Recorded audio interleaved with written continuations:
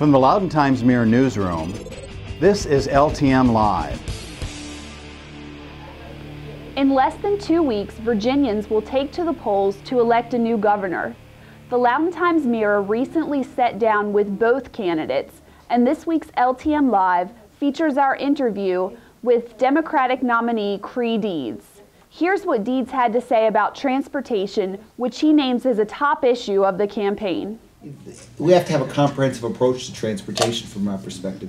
I don't know everything that Bob McDonnell believes, but I'm on the project list, we're going to agree on a lot of that stuff. Where we disagree is on the funding, on the pay-fors. Now, where he wants to get the money, he wants to pretend that you can rob Peter to pay Paul, that you can take $5.4 billion out of the general fund over the next 10 years.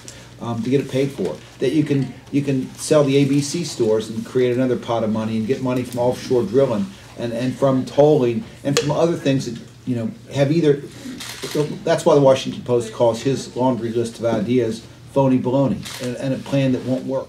Deeds also outlined his plans for creating new jobs in Virginia. In Virginia, 75% of your job growth or more comes from small business. And 94% of your employers in Virginia, even in Northern Virginia, have fewer than 50 employees. That's why the whole centerpiece of my jobs plan is this notion to award a tax credit for every job created. It's going to be good for big business. It's going to be good for small business. It's going to be good for everybody. Now, the other guy has an economic plan too, but get this. It starts with a tax credit on the 51st job created. I don't know too many mom and pop businesses that are looking to create 51 jobs. How to make Virginia's state government more efficient was another topic covered in the interview.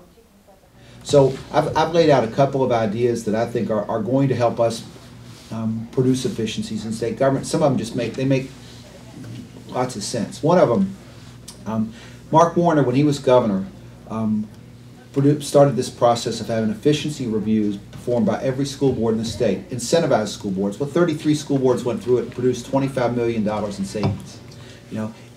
I think we've analyzed the systems that haven't gone through it. We think if we can get school boards across the state to undergo performance reviews, we can save another $300 million every 2 years, and that's money that can go back into the classroom. That's one. Two, I've been involved in the legislature for 18 years, and I can't tell you the number of lights and computers that are left on 24 hours a day, 7 days a week, 52 weeks a year. I'm going to have a goal to lead by example. I think the state can cut its energy consumption by at least 5% a year for each year I'm in office. Right now the state spends about $300 million a year on electricity. Imagine what we can do if we can begin to save 5% of that a year for 4 years.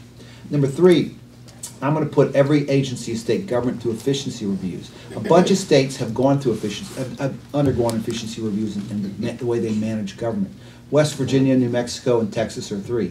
Texas, the first 10 years they did it, produced $10 billion in savings. West Virginia, the first year they did it, produced $77 million in savings. I think even in tough times, we can produce another $500 million in savings every 2 years with this. And then the fourth idea is this form of notion of zero-based budgeting. Here's what Deeds said when we asked him why Virginians should vote for him on November 3rd.